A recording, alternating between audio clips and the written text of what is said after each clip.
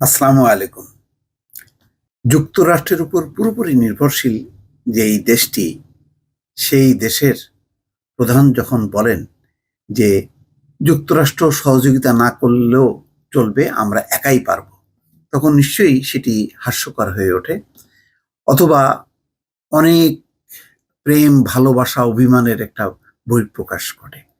যে যেভাবেই দেখেন না কেন, আজকে নেতানিয়াহু ঠিক তেমন একটি কথা বলেছে। তার এই বক্তব্যটা আজকে বিভিন্ন গণমাধ্যম প্রকাশ করেছে। যেমন দুটি শিরোনাম দেখছি যে বাইডেনের হুমকির জবাবে যা বললেন নেতানিয়াহু, প্রথম আলোর এটি রিপোর্ট। আরেকটি শিরোনাম করেছে বণিক বার্তা, এটা খুব ইন্টারেস্টিং। যুক্তরাষ্ট্র অস্ত্র না দিলে প্রয়োজনে নখ দিয়ে যুদ্ধ করবে ইসরায়েল। বাপরে, নখ দিয়ে যুদ্ধ করবে, অথচ তাদের কি সেই সক্ষমতা আছে? যুক্তরাষ্ট্র যদি সরে দাঁড়ায়, তাহলে আশেপাশে যতগুলো আরব দেশ আছে একযোগে তো ঝাঁপায় পড়বে। মুহূর্তের মধ্যে ইসরায়েলের কোনো অস্তিত্ব খুঁজে পাওয়া যাবে? কতক্ষণ এই বাহাদুরি, মানে যুক্তরাষ্ট্রের সাথে সম্পর্ক, অস্ত্র, বাণিজ্য, বা বলা যায় একদম নিঃশর্ত সমর্থনের বাহাদুরি নিয়েই তো আজকে ইসরায়েল টিকে আছে বিশ্বের বুকে, এটা সবাই জানে। সেই জানাটাকে উল্টে দিতে চান নেতানিয়াহু। জো বাইডেন যে হুঁশিয়ারি এর উচ্চারণ করেছেন যে ইসরায়েলের মার্কিন অস্ত্রের চালান বন্ধের বিষয়ে, সেই ব্যাপারে নেতানিয়াহু বলছেন তার দেশ একাই দাঁড়াতে পারে। তিনি বলেন, প্রয়োজন হলে আমরা আমাদের নখ দিয়ে লড়াই করব। বাপরে, গাজায় বেসরকারি মানুষের প্রাণহানির আশঙ্কায় যুক্তরাষ্ট্র এরই মধ্যে ইসরায়েলের বোমার চালান স্থগিত করেছে।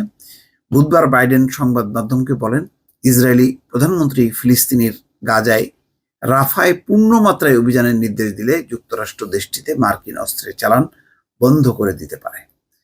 অর্থাৎ মানে যুক্তরাষ্ট্র চাইছে যে রয়েস হয়ে যাতে সীমান্ত এলাকায় এই সমস্ত জায়গায় যাতে হামলা চালায় বা চাপ সৃষ্টি করে। কিন্তু নেতানিয়াহুর লক্ষ্য তো হচ্ছে ফিলিস্তিনির মুসলিমদের রক্ত।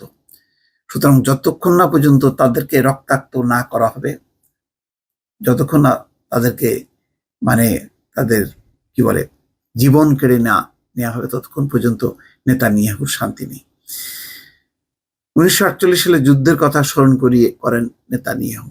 তিনি বলেন, 76 বছর আগে সেই যুদ্ধে ইসরায়েলের কাছে অস্ত্র ছিল না, ইসরায়েলের উপর অস্ত্র নিষেধাজ্ঞা ছিল, কিন্তু তাদের মধ্যে চেতনা, বীরত্ব ও ঐক্য ছিল। অস্ত্রের চালান বন্ধ করা হলে এখনো তারা জয়ী হবেন। 7 মাসের বেশি সময় ধরে গাজায় নির্বিচার হামলা চালাচ্ছে ইসরায়েল। গাজার স্বাস্থ্য মন্ত্রণালয়ের হিসাব হচ্ছে 34,904, 35,000 মারা গেছে এবং আরো অসংখ্য মৃতের কোনো খবর নেই। সেই সংখ্যাটা তো বাদই যাচ্ছে।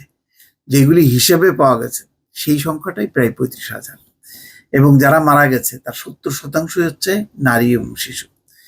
তো যুক্তরাষ্ট্রের হুমকি উপেক্ষা করে এখন গাজার রাফায় বড় ধরনের সামরিক অভিযানের প্রস্তুতি নিচ্ছে বলা যায় না। তারা ইতিমধ্যে শুরুও করেছে, 2-3 দফা অলরেডি হামলা করেছে, সেখানে প্রায় 30-40 জন মারাও গেছে। এই নিয়ে যুক্তরাষ্ট্রের সঙ্গে টানাপোড়েন চলছে, কারণ যুক্তরাষ্ট্রে আভ্যন্তরীণভাবে তারা তরুণদের বিক্ষোভের মুখে পড়েছে। শিক্ষার্থীরা বলছে যে এই হামলা, এই সামরিক সহায়তা বন্ধ করতে হবে।